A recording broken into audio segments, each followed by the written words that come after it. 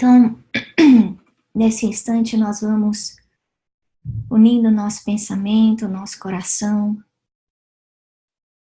a equipe de André Luiz, de Emmanuel, que já estão aqui junto conosco, pedindo aos benfeitores espirituais que nos auxiliem, que nos inspirem no estudo dessa noite.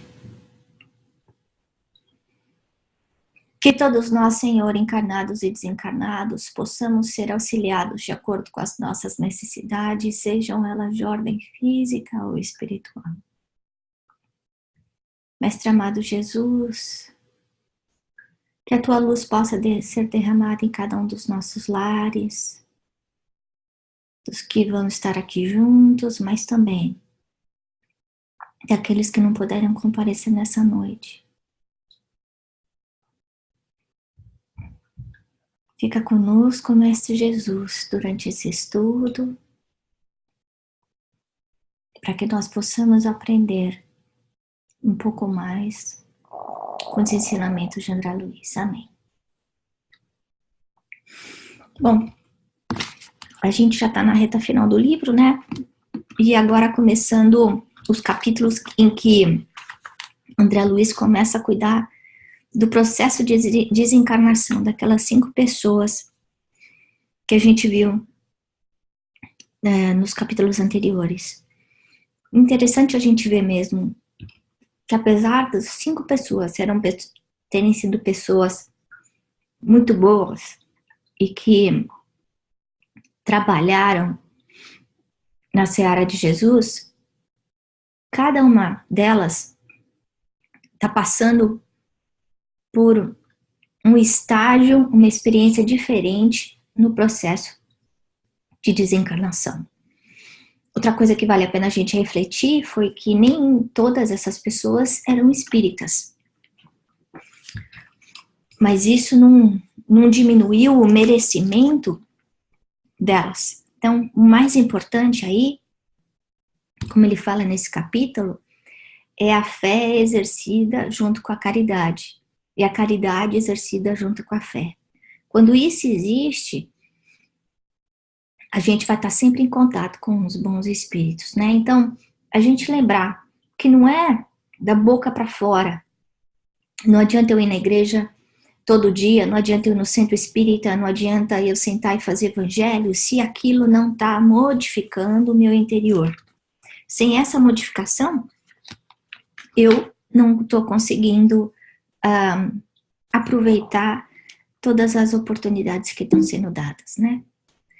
Bom, então eles estão indo aí de volta para a crosta, estão saindo da casa de Fabiano de Cristo, da casa transitória, e a gente vê que apesar deles estarem fora da casa de Fabiano, que continua havendo aquela ponte espiritual, vibratória de sustentação, que enquanto eles estão fazendo o trabalho na Terra, eles continuam se ligados e a casa transitória de Fabiano continua funcionando como um pronto-socorro e como uma escola para todos eles, né?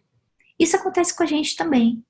A gente vem aqui para a Terra, cada um de nós deve ter vindo de uma colônia diferente, a gente conhece uma colônia espiritual aí mais próxima do nosso coração, que é a colônia espiritual de nosso lar.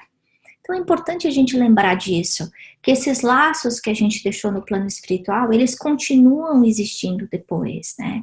Os amigos que a gente deixou no plano espiritual continuam nossos amigos depois. Essa separação é uma separação temporal, mas a união real, que é através do pensamento e do sentimento, continua. Então a gente vê Casa de Fabiano como um porto seguro para aquela equipe e que vai estar ajudando nesse processo de reencarnação. Na Terra, a gente vê esse orfanato, esse lar de crianças que é o lar da Dona Adelaide, né? E a importância que tem da qualidade de pensamento dentro desse ambiente, que ele, como ele fala, saía luz pelas paredes, mas não a luz física, a luz que vai na tomada, mas sim a luz no ponto espiritual, que estava iluminando todos os ambientes. Então, eles precisavam desse porto seguro na crosta também, e que estava sendo usado como lar da Dona Adelaide pela qualidade de vibração mental que tinha naquela casa. Então, de novo, a vivência do evangelho é fundamental. Naquele caso, estava sendo combinado, de novo, a fé com a caridade e a caridade com a fé. Ele descreve a casa dela com uma extrema tranquilidade e com uma vigilância severa, a um ponto que, para André Luiz conseguir visitar os cômodos da casa, ele precisa de permissão. Isso acontece com o lar da gente. Quando o nosso lar é um lar onde existe respeito, onde existe amor, onde existe evangelho no lar, a nossa casa vai estar sendo protegida da mesma forma. A gente já viu em livros anteriores uma situação semelhante em que a casa dessa família, dessa viúva, era protegida contra todas as influências negativas, não só pelo marido, que tinha já partido, mas por outros grupos de benfeitores espirituais, né? Então, quando a gente tem uma vida correta, quando a gente pensa no bem, trabalha no bem, essa proteção, apesar da gente não enxergar, aqueles como nós que não temos uma mediunidade de evidência profunda, a ajuda está sempre presente, né? A outra coisa, a gente já falou aí da luz, que era abundante pela qualidade do pensamento. Então, voltando, se a minha qualidade do pensamento no meu quarto, na cozinha, na sala, é só de problema, de infelicidade, de tristeza, de cansaço, de sentimento de raiva, como é que vai estar a vibração daquele ambiente? Que tipo de acompanhamento vai estar naquele ambiente, tá?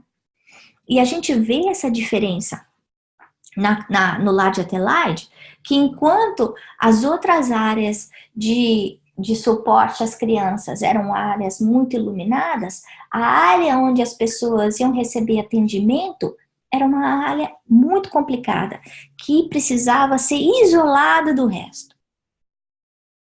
Então, para a gente lembrar disso, que até dentro do nosso lar, né? Muitas vezes a gente tem que dar trabalho maior para o plano espiritual, para isolar áreas da nossa casa, dependendo da qualidade mental que é usada naquele lugar. Outra coisa que a gente sabe aí é a quantidade de trabalhadores, e André Luiz fica surpreso, pensando, puxa vida, mas isso é um lar aí para ajudar a criança, no casa de Fabiano tinha muita gente, mas nesse caso são crianças. E a gente sabe que normalmente a quantidade da presença espiritual é, sei lá, 7 vezes, 10 vezes maior do que a quantidade de encarnados. E o trabalho contínuo, trabalho em turnos. Então, a gente, sem achar que a hora que a gente morrer, a gente vai cruzar os braços e vai ficar só tocando harpa, não é isso que vai acontecer. Quanto mais a gente evolui, quanto mais a gente cresce no aspecto moral, mais vontade a gente tem de servir, de fazer o bem, de ajudar, né? Aí, Irene, que é a host aí para conhecer essa casa, eu tirei um pedaço do capítulo, porque eu acho que é muito importante. A gente vai e volta na importância da qualidade do pensamento, mas aí, nesse caso, ela fala de um jeito também muito poderoso, muito forte, comentando que os pensamentos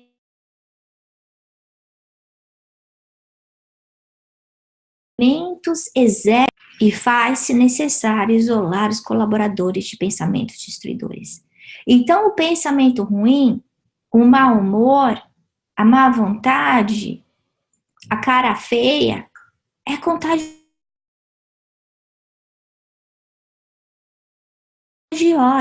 O plano espiritual isola. E a gente, como encarnado, como pode fazer? Primeiro de tudo, é a gente não colocar o nosso equilíbrio no equilíbrio do outro, que muitas vezes é muito difícil, né? E não tentar mudar o outro. Cada um tem a sua escolha, né? Então, se a outra pessoa gosta de sofrer, se a outra pessoa gosta de brigar, a gente reza, a gente pede, a gente estende a mão com caridade. Mas da mesma forma que Deus faz conosco, a gente tem que deixar a outra pessoa usar o livre-arbítrio dela. E quando isso não servir mais pra gente, quando existir o divórcio espiritual, aí existe a separação emocional e a separação física.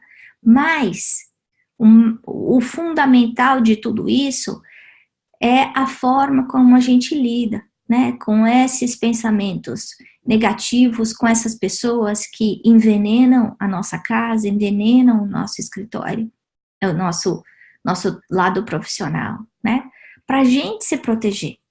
Porque Deus pediu para a gente amar o próximo como a nós mesmos. Então, o mais importante de tudo é eu saber também me proteger, me preservar desse mal. E a prece, a gente sabe aí, como a Irene está falando, é a maior ferramenta que existe, né? Então, uma coisa para a gente pensar, quanto mais dificuldade a gente tiver, quanto mais problema a gente tiver, a gente lembrar de orar mais, né? Porque toda vez que a gente bater na porta, a porta vai se abrir.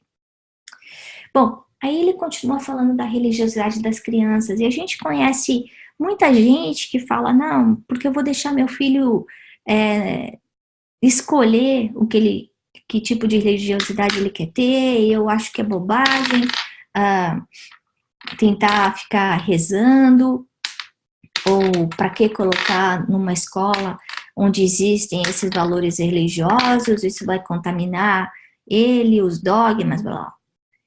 E aí a gente vê a importância da criança criar o estofo moral, da gente criar um solo cheio de nutrientes dentro do coração dessas crianças.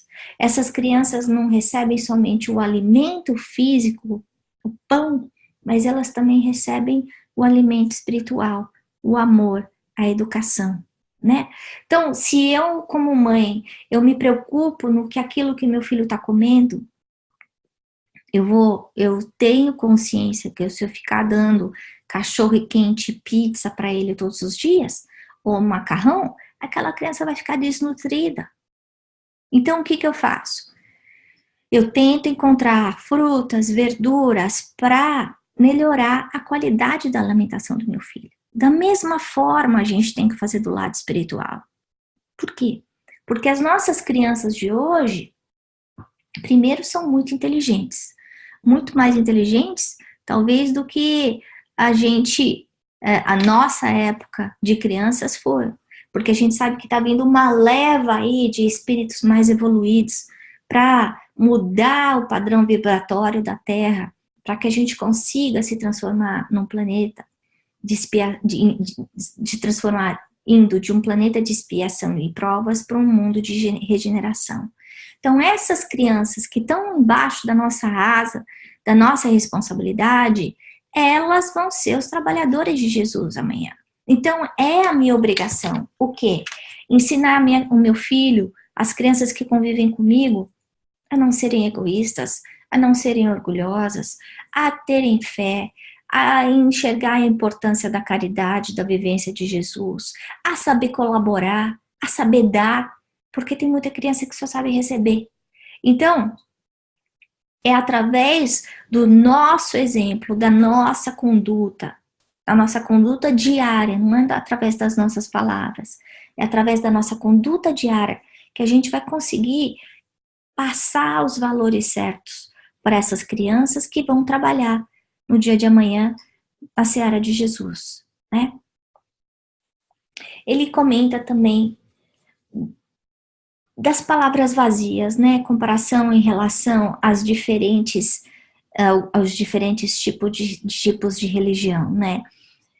Umas dão alimento para o corpo, mas são muito presas ao dogma, outras estão muito presas à palavra, mais do que o conhecimento moral. E o que a gente tem que passar para as nossas crianças, passar numa evangelização infantil, é o valor moral, é o exemplo de Jesus. E é por isso que é importante a nossa reforma íntima. Se eu não sei falar com meu filho, se eu não sei ter paciência, se eu não sei perdoar, vai ser muito difícil para o meu filho aprender isso, porque não é o exemplo que ele teve, né? Então, se a gente quiser enable, preparar essas crianças para a eternidade, a gente precisa cuidar do solo do coração, do solo das emoções, da qualidade do pensamento dessas crianças. Bom, eles voltam até a casa transitória, a gente vê que aí é uma fase de preparação ao desencarne. Eles trazem esses 5 indivíduos que estão no processo de desencarnação, para quê? Para que eles sejam preparados para o desligamento. E aí a gente vê a diferença de consciência de cada um deles. 2 deles conseguem chegar até a casa transitória com um entendimento muito claro, muito tranquilo do que estava acontecendo. E os outros 3, apesar de serem pessoas boas, não conseguem, seja por ansiedade, por medo, ou por causa da crença que eles tinham. Então, se eu acreditar que após a morte tudo acaba, é isso que eu vou enxergar. Se eu acreditar que eu vou ter que passar por um rio e encontrar com São Pedro, é isso que eu vou procurar. Apesar dessa não ser a realidade, né? Então, a importância da gente passar essa verdade de nós como espíritos eternos, como centelhas divinas, é muito importante. Não só para o outro, mas principalmente para a gente, né? A bagagem que a gente estiver levando de emoções, de sentimento, vai ser a bagagem que a gente tiver lá, que a gente vai levar para lá. E com essas 5 pessoas, a gente vê o trabalho que cada uma dá. Como o nível é diferente. Como algumas atrapalham, apesar da ajuda que estão recebendo, né? Pela própria ignorância, pela própria imaturidade espiritual. Mas a ajuda está presente para todas elas, por causa do merecimento, né? Aí depois começa, então, o processo de transição, a educação, a preparação deles, falando, olha, agora está na reta final, né? Então, a gente perceber que esse campo de luz, esse lugar de ajuda, existe em qualquer ponto do universo. Olha só, ele não está falando aqui da Terra, ele não está falando da casa transitória, ele não está falando lá de Adelaide, ele está falando que onde o amor estiver presente, a gente vai ter um campo de luz, né? E aí eles voltam e muitos deles têm um entendimento muito limitado de que aconteceu. Por quê? Porque eles estavam nessa zona, né, nessa excursão ao plano espiritual, como se tivessem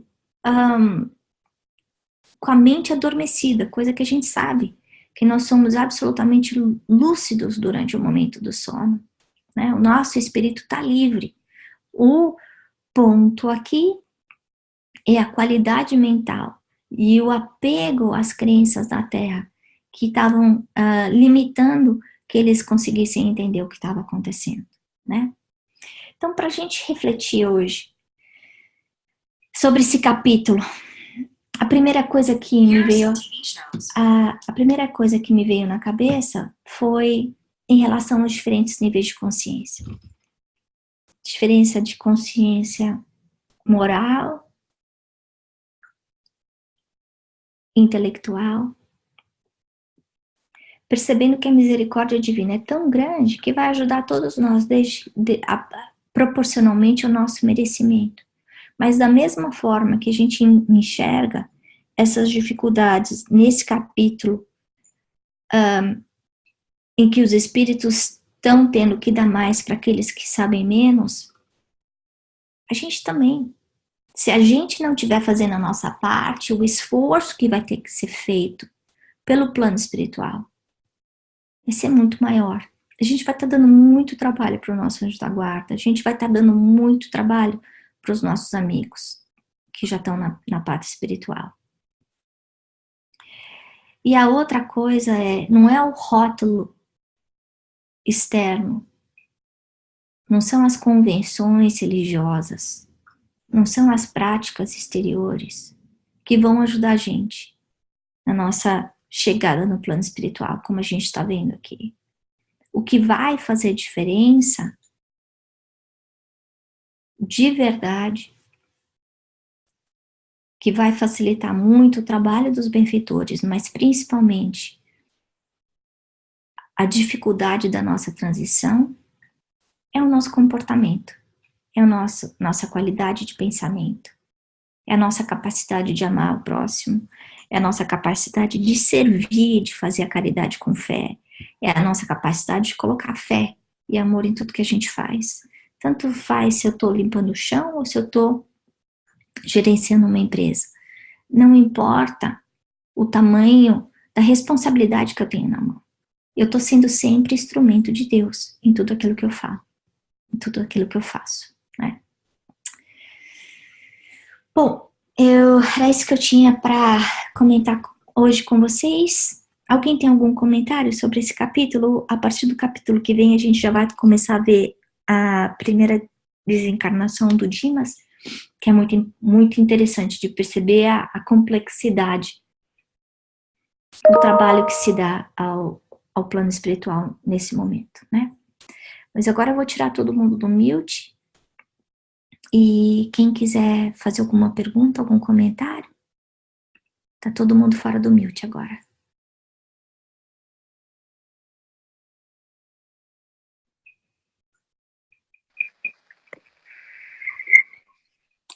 Ana, tá me ouvindo? Oi, Cris. Tudo bom, Cris? Quando você comentou essa comparação com aqueles que chegaram lúcidos, né? Lá no espiritual e outros. E é engraçado, porque essa preparação para quando chega lá tiver mais lúcido, ela ocorre durante toda, né, a vida encarnada. Porque quando a gente tem um dia equilibrado e claro, tenta ao máximo, vai ter dias que a gente não vai conseguir, mas no geral, né, está na vida encarnada, mas cuidando da vida espiritual, a gente sabe que quando a gente dorme, a gente vai trabalhar, né? A gente vai estudar, a gente tem contato, a gente já viu vários livros do André Luiz de os espíritos que vêm quando a gente está ao sono e vão em palestras e vão em trabalhos. Então, esse intercâmbio, né, com o mundo espiritual durante o sono, acho que ajuda bastante, que quando a gente desencarna, a gente está já, né, familiarizado e com os nossos mentores, né, e os nossos companheiros espirituais que ajudam, né, na nossa educação, na nossa evolução. Eu acho que isso que você falou é tão importante, porque é uma das coisas que ele comenta lá, né? Porque o Fábio e a Adelaide já estavam acostumados a fazer essa transição durante o sono, em acompanhar os benfeitores, em atender aulas e palestras e coisas assim. Aquilo para ele não foi novidade, né? Mas isso vai dar nossa qualidade de sono, nossa qualidade de preparo antes de dormir. Se antes de dormir eu fico assistindo filmes de baixa qualidade e se eu fico lendo livros ruins de um aspecto moral que não estão agregando, se eu fico lendo ou escutando jornal com todas as desgraças que existem no mundo, como é que vai ser o meu sono? Porque Ah, vai. É, com certeza, porque até eu estava escutando a palestra do Divaldo, a nossa consciência se liga àquilo e gera o nosso campo, né? Naquilo que nós nos atraímos e aquilo que nós produzimos, né? No nosso campo mental. Aquilo que a gente abre, né? Abre a nosso campo mental para coisas boas ou para coisas ruins, é a sua escolha. né? Por isso a importância da prece antes de dormir, por isso a gente seguir uma rotina, né, antes de deitar, acalmar, rezar, escutar uma música tranquila, isso tudo vai ajudar a gente, né? Agora, se eu tive um dia muito tenso, se eu briguei, se eu fiquei muito alterada, a chance de eu ter uma noite de sono ruim é muito grande. A chance de eu não conseguir ir para um lugar bom é muito grande. Se antes de dormir eu não me preparei para dormir bem, se eu não faço a minha prece, se eu só fico pensando em problema, também, as impressões que ficaram gravadas, como você falou, Cris, elas vão ficar durante o sono, né? Então eu vou ficar correndo atrás daqueles problemas que eu tô na cabeça ou as últimas coisas que eu pensei. É. Mais algum comentário?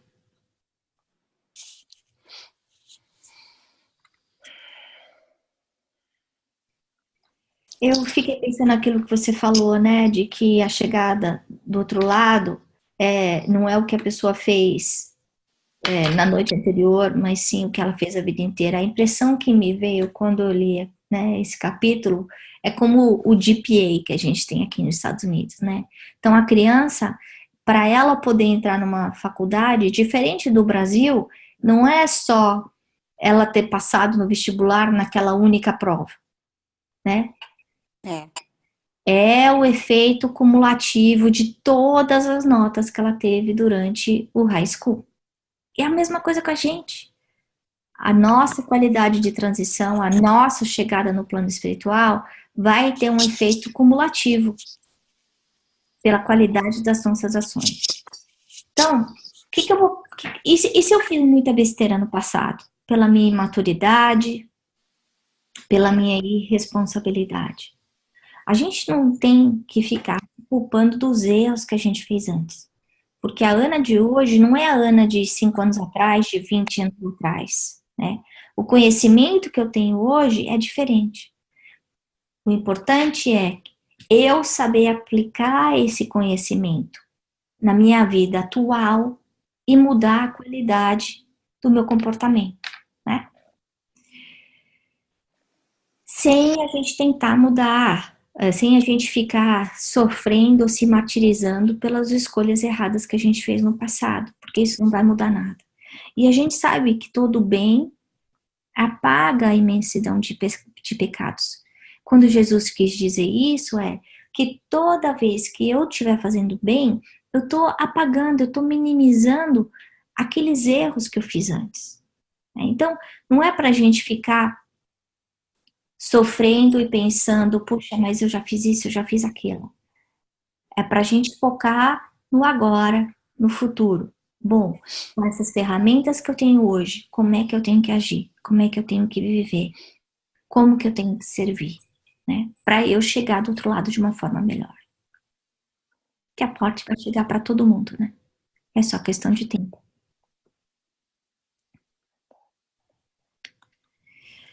Mais algum comentário antes da gente encerrar? Eu posso falar, Ana? Oi, mamãe, pode falar sim.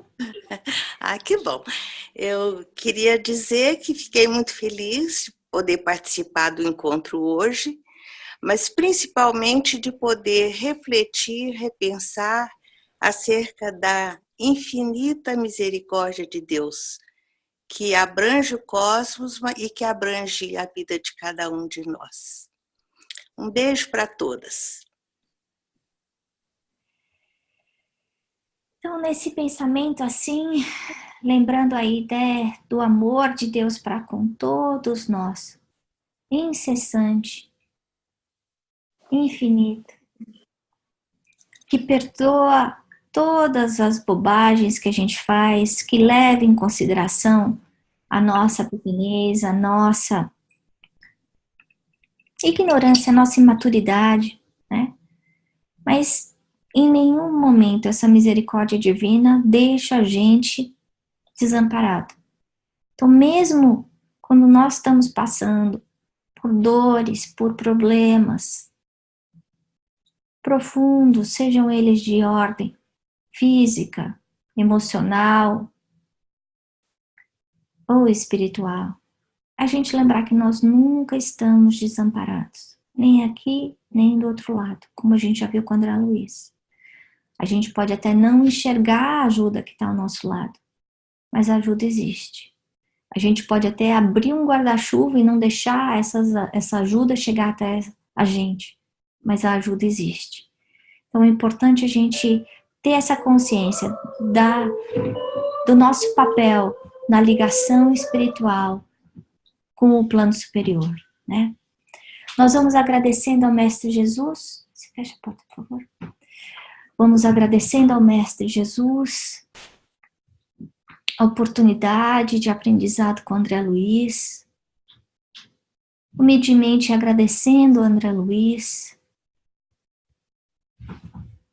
por todo esse trabalho contínuo, destemido, corajoso que ele fez para desvendar o que acontece do outro lado, a morte, que é um grande enigma para todos nós.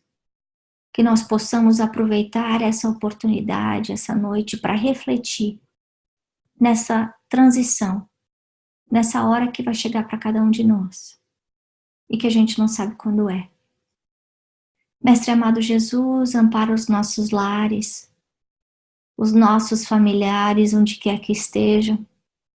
Que a tua misericórdia passe a abraçar as nossas famílias, assim como todas as famílias do nosso querido planeta Terra, para que nós possamos, Senhor, ser instrumentos, ferramentas nessa mudança para um planeta de mais qualidade, de mais amor. E assim nós te agradecemos e pedimos que possamos estar juntos durante toda a semana e na próxima quarta-feira. Graças a Deus.